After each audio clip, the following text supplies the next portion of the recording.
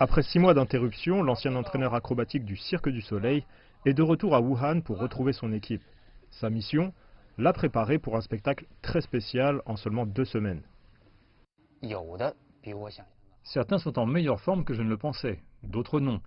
Ils ne semblent pas avoir grossi, mais ils ont perdu du muscle. Nous allons travailler de manière intense mais appropriée afin qu'ils récupèrent rapidement. C'est un spectacle de groupe. Si l'un échoue, nous échouons tous.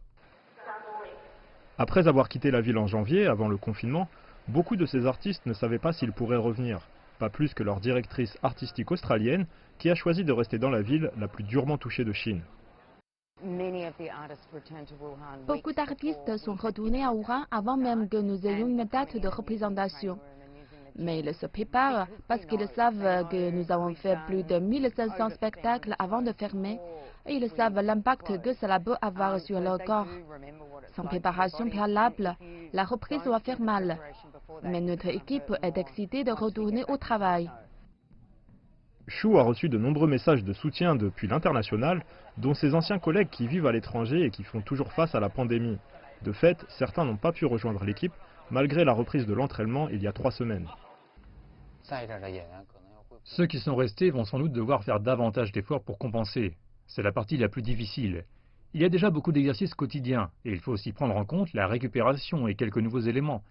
L'acrobatie comporte de grands risques. La moindre blessure engendre des incertitudes sur notre situation. Plusieurs membres de l'équipe s'adaptent encore à leur nouveau rôle. Beaucoup surmontent des douleurs qui ont parfois duré des semaines.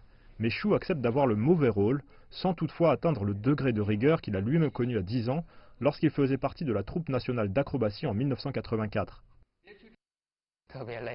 Il y a eu des moments où j'ai pensé à abandonner, mais je crois que l'acrobatie, c'est avant tout forger sa volonté dans la difficulté. Ces gamins ont réalisé de grandes performances. Ils sont capables d'exploits physiques et mentaux incroyables. Certains ont régressé avec cette longue pause. J'ai eu des discussions franches avec eux, ce qui a été très important. Je ne donne pas uniquement des ordres et ils font preuve de beaucoup de bon sens. Le programme d'entraînement est rigoureux en vue du premier spectacle qui sera donné pour du personnel hospitalier, des policiers et des bénévoles.